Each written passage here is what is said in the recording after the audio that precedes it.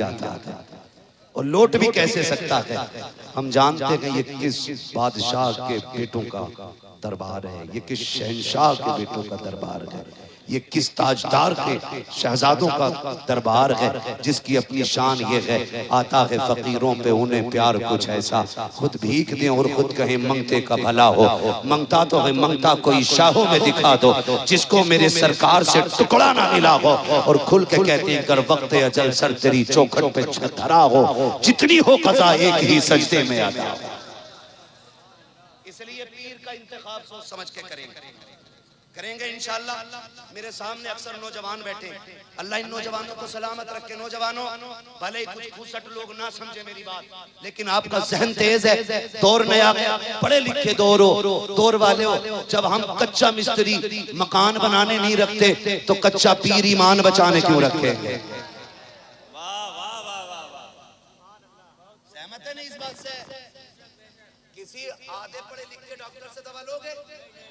बोले कचरे से दवा लोगे कभी? बोलो जिसने सिर्फ 2 महीने हाला लटकाया हो।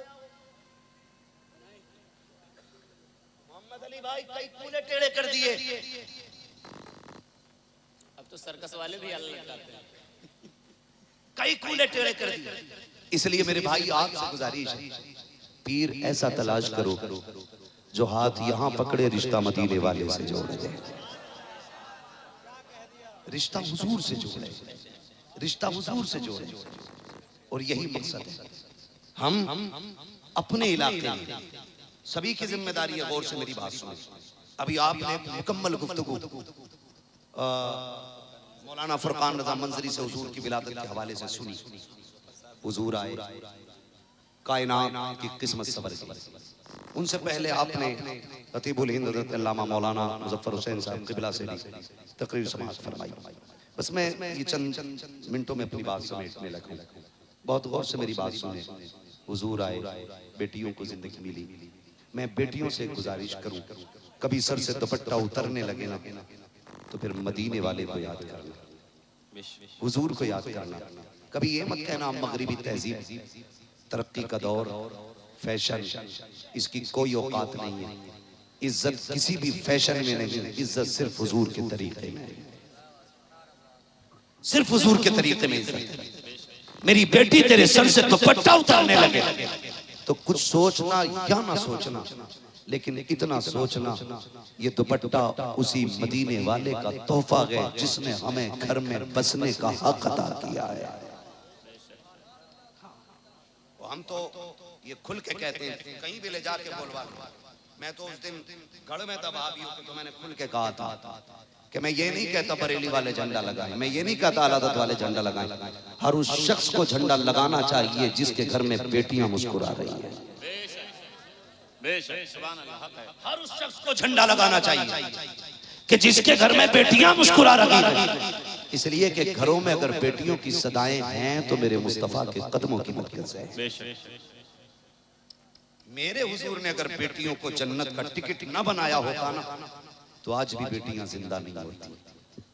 हुजूर ने हुक्म दिया कि जिसने 3 बेटियों को पाला पोसा बड़ा किया उसकी जन्नत की जमानत मैं ले रहा हूं।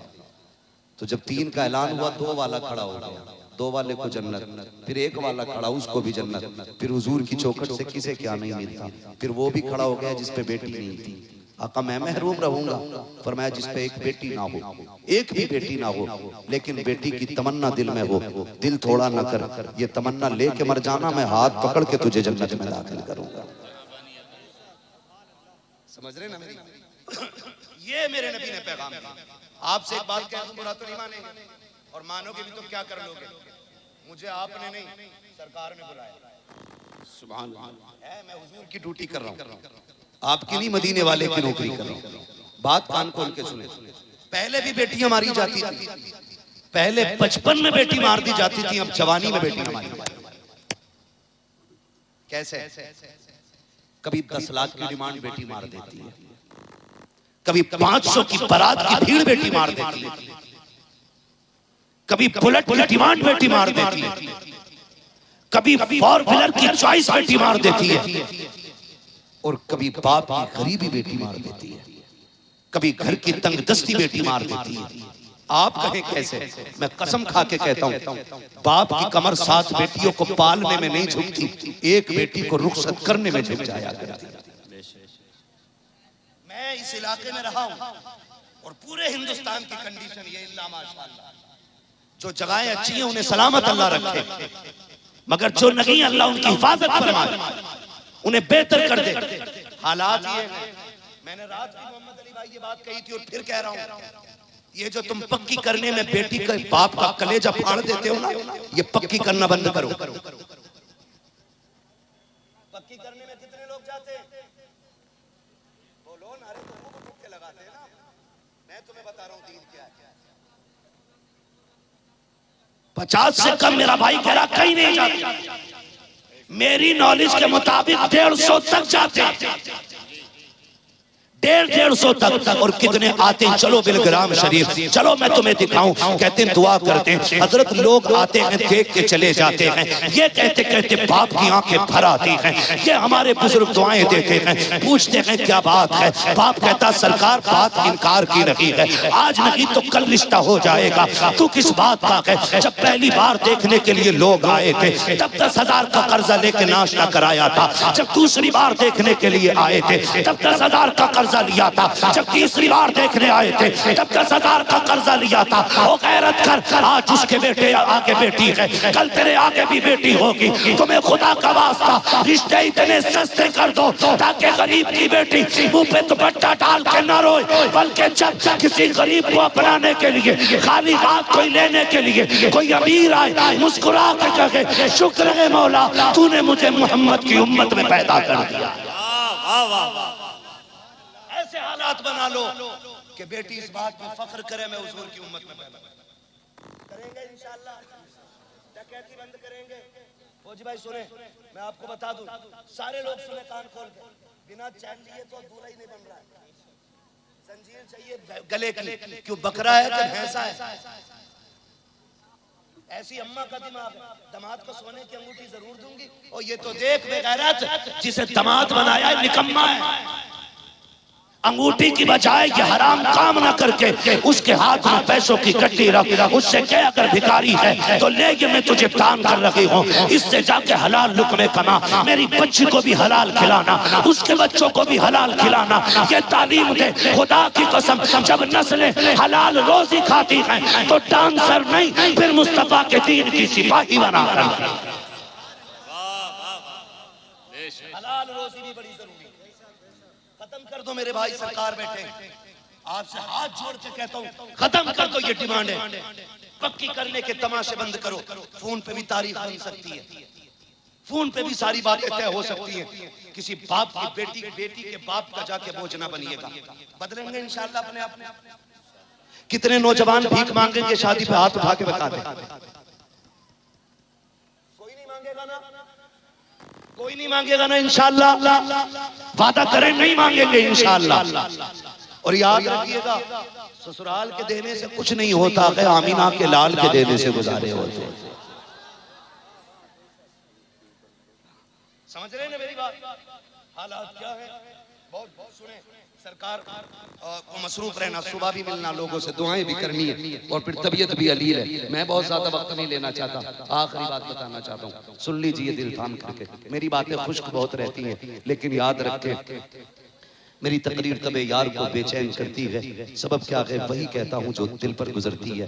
मेरे भाई, जब हम ना चैन लेके सोने की और अंगूठी लेके सोने की, किसी का दामाद बन के ना कॉलर खोल के आस्तीने चढ़ा के घूमते ना, अंगूठी मिली है, चैन मिली है, अल्लाह भी नाराज, रसूलुल्लाह भी नाराज, और रज़ाक अल्लाह है, रोजी रब देता है, तुमने उसे नाराज कर दिया। फिर किसी का तावीज तुम्हें कुछ नहीं देगा।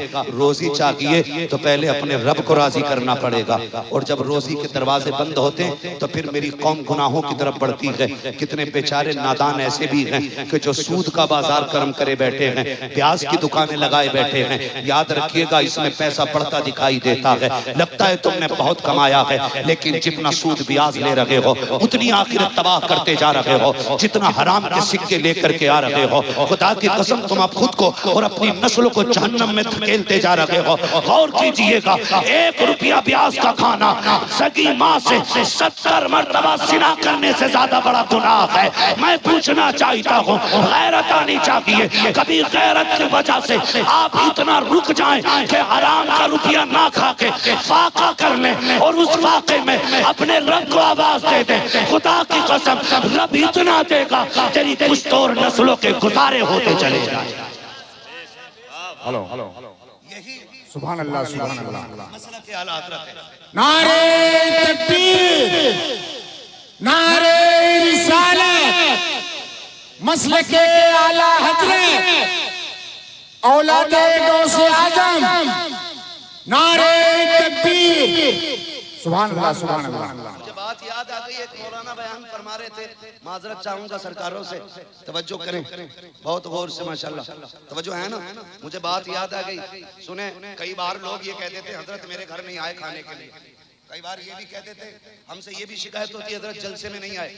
वो एक मौलाना साहब बयान फरमा रहे थे, मैंने उनको सुना, और ऑनलाइन है, वो ऑफलाइन नहीं है, ऑनलाइन। उन्होंने कहा कि कोई मौलाना कुछ तोहफा लेके आए हजरत के लिए, हजरत ये कबूल फरमा लें।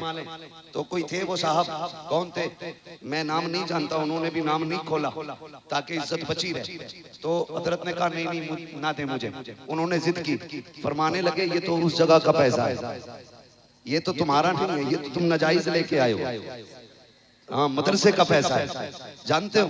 मैं इसलिए कहता हूँ, हमेशा एक बात कही जाती है कि बादशाह के दरबार में जबान संभाल के बैठो, बुजुर्गों के दरबार में दिल संभाल के बैठना पड़ता है, दिल संभाल के बैठना पड़ता है। ये दिल पढ़ने वाले लोग ये कहते हैं हम पलटते नहीं बेजान किताबों के वर्क, हम वो पढ़ते हैं जो चेहरों पे लिखा होता है।